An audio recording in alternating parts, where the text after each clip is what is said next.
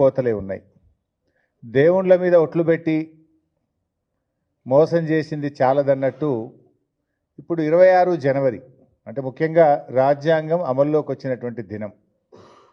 భారతదేశ ప్రజలందరూ కూడా రాజ్యాంగం అనేది దైవ సమానంగా చూస్తారు ఈ దేశ ప్రజలు.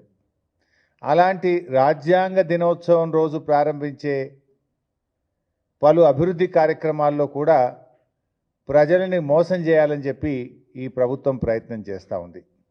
ఇది చాలా దుర్మార్గం. దీని మీద కొన్ని విషయాలు ప్రభుత్వం దృష్టికి ఓ బహిరంగ లేఖ రూపంలో కూడా తేబోతా ఉన్నాం. ముఖ్యంగా రేషన్ కార్డుల విషయంలో రేవంత్ రెడ్డి గారికి ఒక ఓపెన్ లెటర్ కూడా నేను రాస్తా ఉన్నా. I'm releasing this open letter on ration cards.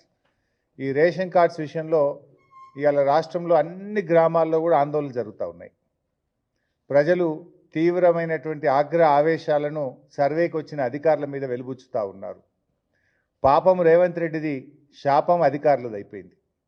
ఇప్పుడు ఏమైంది? రేషన్ కార్డుల సెలక్షన్ ఎక్కడ జరగాలి? గ్రామాల్లో జరగాలి.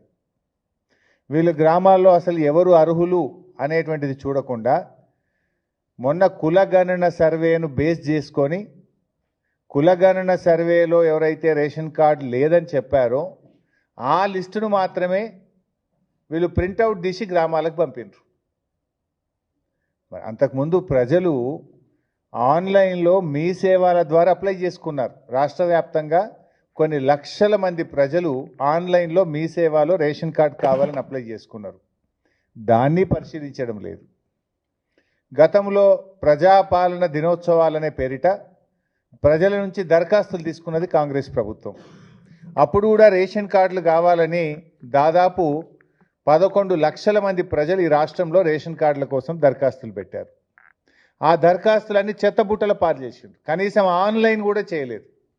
ప్రజాపాలనలో 11 లక్షల దరఖాస్తులు రేషన్ కార్డుల కోసం వస్తే కట్టలు కట్టి అటకెక్కిచ్చిండ్రు లేదా చెత్తబుట్టల పాలు చేసిండ్రు. ప్రజాపాలనలో పెట్టిన దరఖాస్తులను ఎందుకు పరిశీలించడం లేదు అని బీఆర్ఎస్ ప్రశ్నిస్తుంది. ఆన్లైన్లో మీ సేవలో అప్లై చేసుకున్న దరఖాస్తులను ఎందుకు ఈ ప్రభుత్వం పరిశీలించడం లేదు అని బీఆర్ఎస్ ప్రశ్నిస్తుంది.